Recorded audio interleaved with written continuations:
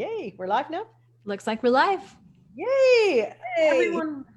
Here we go. We are doing another episode of the I Am Possible radio show or TV and streaming live to you as well. One of the things I want to say is that today's episode is about the art of building your buyers list. And we're going to answer the kind of battle between, do you build your business and grow your business through offering a free lead magnet, or do you grow your business by offering something for sale and then build your buyers list? Because would you rather have 10,000 freebie seekers on your list in your business, or would you rather have 1,000 customers? What's more valuable? So we're going to kick this off today. We're so excited to share what we're going to talk with you today. And Mia, if you could just take it away and start explaining a little bit about the art of building and growing your buyers list. Yeah, for sure.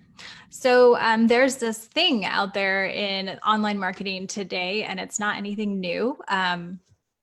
But a lot of people have jumped on the bandwagon of these low ticket offer funnels. And you might have seen a ton of ads in your newsfeed lately as everybody is home now during this coronavirus thing. So everybody's social distancing, they're on the internet more, and they're starting to migrate their business online and sell a lot of these low ticket funnels. And so we've had a lot of conversation lately, because this is something that we also teach, right? We teach micro offer funnels and how to grow and build your list with buyers instead of freebie seekers. And there's just been a lot of conversation lately about how much money you can make with them. And so I think we need to have an honest conversation about the strategy of a low ticket funnel and where the money is actually made. So that was a conversation we were having earlier, and we thought this would be a great topic to talk with our audience about, because we teach low ticket funnels. We call them micro offer funnels, and we have a front end product called Micro Offer Magic, which helps you craft your product suite. And I think that a lot of people have the idea that their low ticket funnel or their micro offer funnel is going to make them a ton of money. And then they are disappointed when their funnel either breaks even or maybe even loses them a little bit of money, like ours is kind of doing right now. You know, we kind of fluctuate up and down, and we make some money some days and we break even other days. But we're not stressing out about it. And the reason why is because the money is actually made on the back end. And so Maria and I were talking earlier about when she was selling low ticket funnel offers in 2011, 2012, where the money was actually made. And so Maria, I'd love for you to talk a little bit about the strategy that you used to actually make your $100,000, if you can, for just a moment. Yeah. Well, you know, the interesting thing is that I love once a customer's in motion, they always stay in motion, right? And I know you've said that before as well. And what that means is that I didn't really know Facebook ads back then. Like 2012 is when I started my first Facebook ad, but in 2008, 9, 10, 11, like, what do you do, right? So I used to get other people to promote my stuff. And I actually gave away 100% commissions, Mia, if you can believe that, to individuals to promote my front end thing, which was only $17. So here was how the structure of the funnel or micro offer funnel was, or low ticket funnel: $17 front end, and then $27 offer, and then $97, all in the same time. I was offering that, and I didn't make any money on that front end, but within a 14-day period, I would offer other things for sale. And it goes back to the law of consistency, where once someone says yes to you and buys from you, as long as you're not selling crap stuff, and as long as you're giving value and you're bonding with the person. And I was using GoToWebinar at the time, because back then Facebook groups, I don't even think existed or weren't really used then. Yeah. So I would then offer them a $97 thing and a $500 thing. And that would be where I would make my money in over six figures. Because I had so many affiliates interested in 100% commissions, actually, and this was probably about my fifth low ticket funnel, because you have to bust your chops and learn sometimes through the first time through, like riding a bike. But this time around, it was Phillies promoting it, and I was the first woman to break the record of selling $100,000 of these low ticket items in a 25-hour period. Wow. Yeah. And the thing is, it sounds amazing, but I didn't really see much of that money because I was 100% commission on the front end. But I think the $97 one I took 50% of. But what happened then is, though, within a 14-day period, I had other things to sell to that list. And again, it's pure. And I know Ashley probably can talk to this about statistics. What's interesting is every time we go through this, statistically, we always see a similar percentage of conversions of the people that buy a low ticket item will buy a higher thing. So for your 1,000 buyers, you offer them something for $500. I know you're going to get a certain conversion of that. So Right. yeah. Yeah. So the strategy for a micro offer funnel is there's 4 elements to it, right? And there's the front end offer, which is the low, probably like the lowest ticket item. And then you have the order bump, which is that little add-on, like just add this to my order checkbox. So those happen on the first step of your funnel. And then the third item is your one-time offer. And then the fourth item is an upsell. And so all of those items, the way that the percentages shake out, you need all 4 of them to break even or make a profit, because the cost, and Ashley can talk about this, but the cost to bring in a buying customer is relatively high, especially to cold traffic. So Ashley, what is our average cost per purchase right now? Our average cost per purchase over the past few days is anywhere from $40 to $50. So having talked about the steps of our funnel, our first step is only $27, right? So we're automatically losing money on someone if they only purchase that first step of the funnel. But where we're able to break even, and like our average cart value right now is anywhere from $65 to $80. So we're making a small amount, about $20 to $25 on each purchase on a good day, right? So in order to see that big return, you need to be spending thousands of dollars every day and having the same results. But what we're looking at is really, like you said, just stocking our email list with buyers, people that we know are interested in coming again for what we're offering. Mm-hmm. So the average cost per purchase is between $40 and $50. And our average cart value at the current moment is somewhere between 65 and 80. $65 and $80. And we only reached that average cart value when we added in our very last offer into that funnel. Because when we first launched our funnel, we had the front end, the order bump, and the first upsell, but we didn't have the second upsell. So we launched that on Saturday, and that's what boosted up our average order value, because a small percentage of people who buy our front end offer are going to go on to buy one or more of our upsells. And so that's what increases your average order value. So we're running traffic, we're running ads to a cold audience essentially, and we're growing our brand and we're growing our visibility. And we're growing our buyers list too, because we have well over 100 people now who've bought Micro Offer Magic, and probably 2 to 3 times that who've initiated the cart. So we are growing our list with buyers or would-be buyers, people who at least took half the step to get there to be a buyer. And that is valuable to us because we know that 14 to 30 days later, we're going to run a challenge, or we're going to open a cart for something that is in the like $3,000 to $1,000 range. And that's where we're going to make our money. And we know with some certainty that a portion of our list is going to buy because they've already bought from us, and a customer in motion stays in motion. So back to your initial question, Maria, of is it better to have a list, like a freebie list builder versus a micro offer funnel or a low ticket funnel that brings in buyers? And the title of this is The Art of Growing Your Buyers List. So of course our answer is going to be, we think it's better to have a micro offer funnel, which is going to bring in your buyers list at a lower dollar amount. So it's a micro commitment. That's why we call it a micro offer. It's a micro commitment, and it solves one problem for them. So when you are able to solve a problem for them well, and they see the value of what they're buying, they're going to want to buy more from you, as opposed to somebody who's just going to opt into your freebie list and then immediately unsubscribe from your list because you're trying to sell them something. They're like shocked. Like, how dare you sell me something? I haven't even consumed your content yet. Well, and you know what's interesting too, Mia, is that and Ashley and Sally, I'm sure you've seen it. This applies if you're listening right now and you have a physical product, say you're on Shopify or Etsy, Amazon. This really applies to physical products too, because I know that that's how I grew my yoga niche store before selling it off. So I would sell like bracelets like this, right? Hematite bracelets or other bracelets like chakra bracelets. And, you know, the disguised way of building a buyer's list is I would do like a free just pay shipping offer, just pay $10 shipping to this bracelet. But the minute they bought that, they were offered another offer of, say, how would you like to buy 2 of these bracelets now for 25?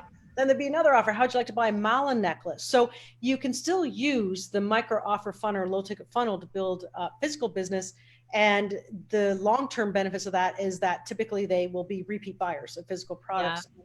I just want to point that out because I also did, when I first started that e-commerce store, I did this contests. I also did all these free contests. So I'd have like a 2,000 list within like 2 weeks giving away some free stuff, Lululemon stuff, everything, but because of yoga niche.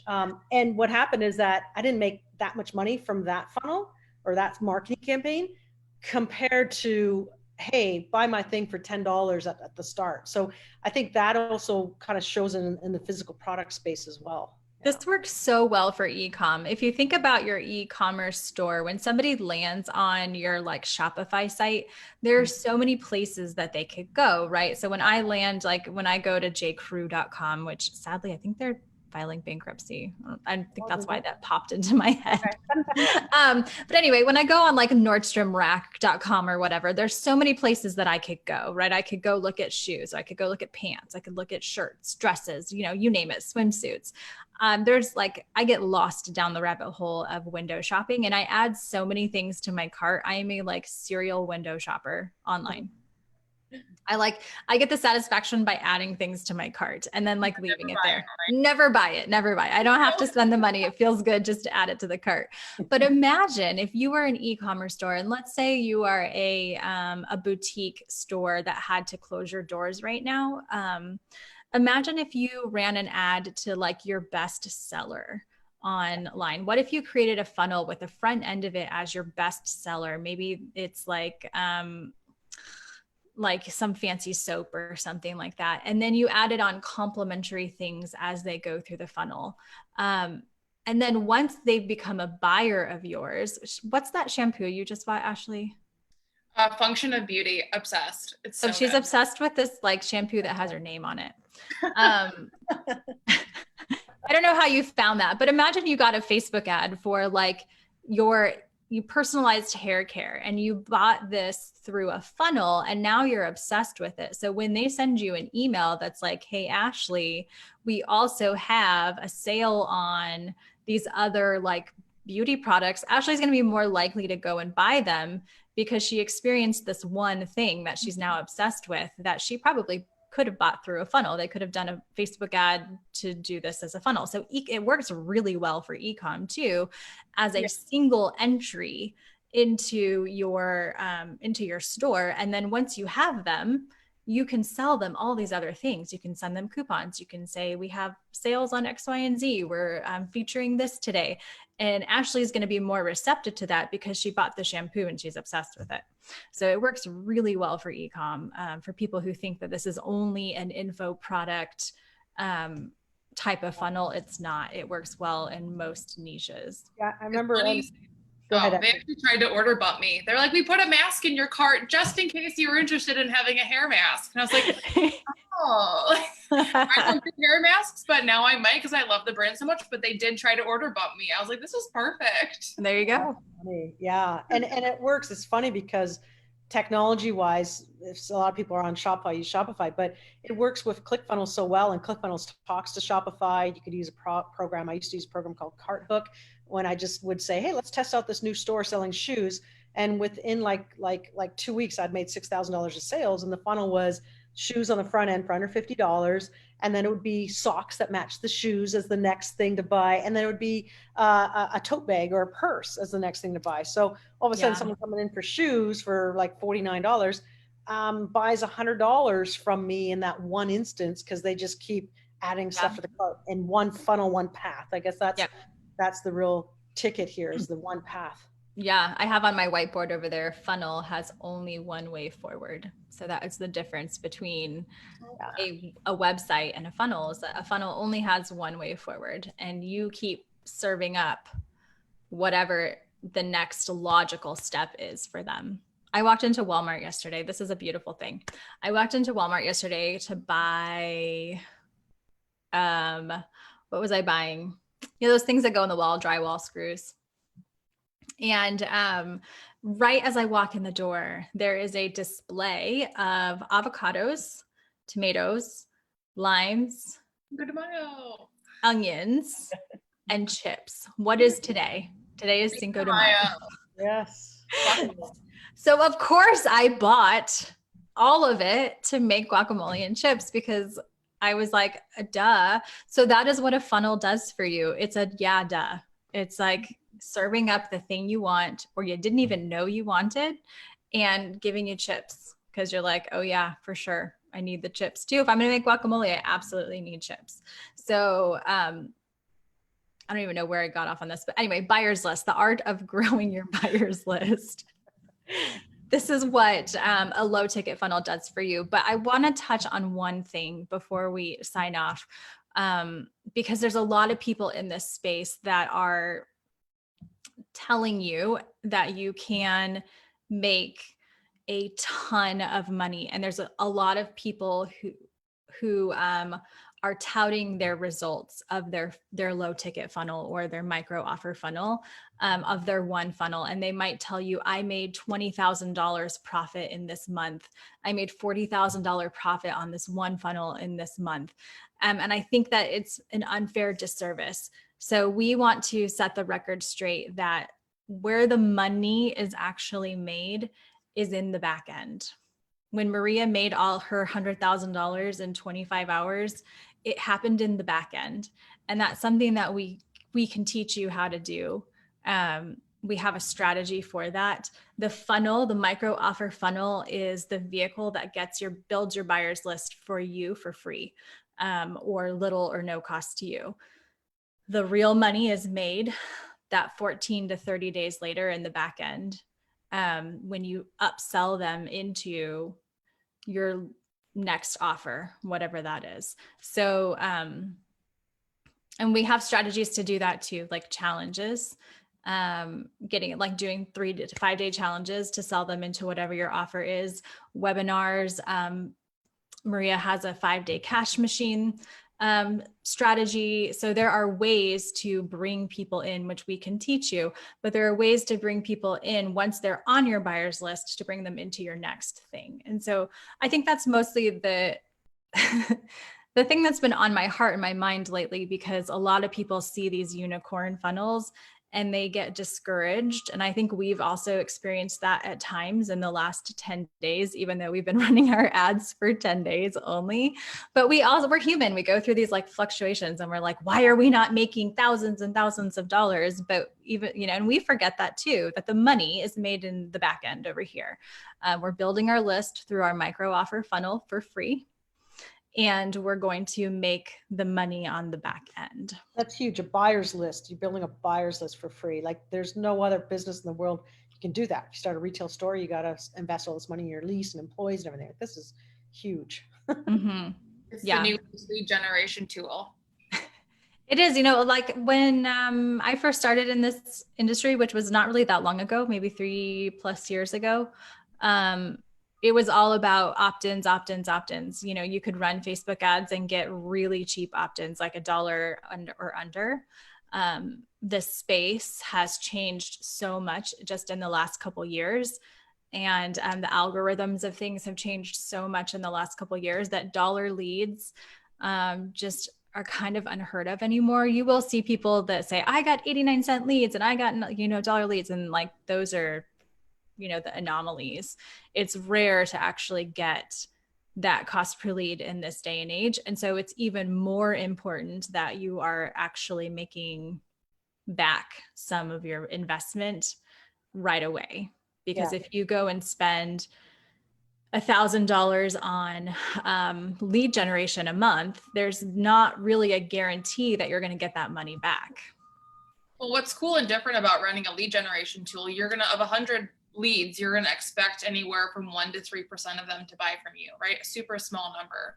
If you're growing a list of 100 buyers, you're going to expect anywhere from 6 to 12% of them to buy from you, since they've already purchased from you. Yeah. So it's a big difference of percentage of who's actually going to buy from you on the back end too, when you're growing those two different types of lists. And 1% counts so much increase. Like, because if you have 100 buyers, your back end say is $1,000 to make easy numbers here. You only sell 1 or 2% to cold people. That's $1,000 or $2,000 in sales. But if you can sell that to 100 buyers of yours that bought something for $5 or $37 from you, if you get 6%, that's like $6,000 now compared to $2,000. So that's like almost that is triple. Yeah, your sales, your profits, everything. And one last thing from my part, then I'm going to shut up for a second. I want to bring in the psychology of influence here too. Like Rabel Cialdini wrote this great book called The Psychology of Influence. And one of the laws is the law of consistency. And that's why these micro offer or low ticket funnels work so well, because the minute someone says yes to you for say $5 or like $37, they're more likely to say yes to you for the rest of the chain of offers you have to them. And then also yes to you to your $1,000 offer down the road. Yeah. So that's, I just wanted to make sure I bring that psychology aspect in as well. Yeah. And Sally is, she does our organic growth and engagement. And so before we sign off, Sally, I want to ask you really quickly, how, once we have a buyer, like how are we engaging them so that we keep them warmed for when we want to sell to them again later? Well, it has everything to do with emailing your list, first of all, but also creating a community, a tribe, bringing them in. And, it takes a life of its own. Facebook groups obviously are the number one thing to create a community. They're free to create a group, and that's where you can really get them to engage and speak to you and tell you what they need. You will know what to create for those back-end offers when you start listening to your people coming in and they're participating in your group. So you make a good point. If you don't know what, or if you don't have something to sell them on the back end, if you're listening to this and you're like, oh gosh, now I have to create another offer, I don't know what to sell them, within your group and engaging in your group, your buyers will tell you what they need. Is that what you're saying, Sally? Exactly. And ask them. They'll tell you. Yeah. We put polls out in our groups all the time. Like, where are you guys at? How you doing? Yeah. People like polls. In your experience, Sally, what do you find is more engaging, like a poll or a post where you're asking a specific question for them to comment on? We've had pretty great engagement on all of those things. I think, it's hard to say which one is more effective. I don't know. I think it's probably about even. We do get a lot of response on both of those. I think that's why you do both. Right. Just makes sense. It makes sense to do a variety of different things while you're in your community. I love it. So the art of growing your buyers list in this day and age, especially in this market where everybody is home, they're not able to go to their favorite stores. They're not able to get out and exercise. And I think it will still be another, couple months before we really get out into the world again. So now is the time to really dig in and start working on your micro offer funnel, because you will be set up for the future. You will be building your buyers list for the future. So do it now while everybody's home and engaging online and bored out of their mind and wants to spend money anyway and has nowhere to spend it. Do it now. Thanks, And everyone. that's all I got. I think it's time for us to sign off. It is. If you have any questions, enter a comment below if you happen to be watching this live on Facebook. And we'll make sure in our next episode, which will be every Tuesday at 12 o'clock noon Eastern, make sure we answer some of your questions on the next round. Absolutely.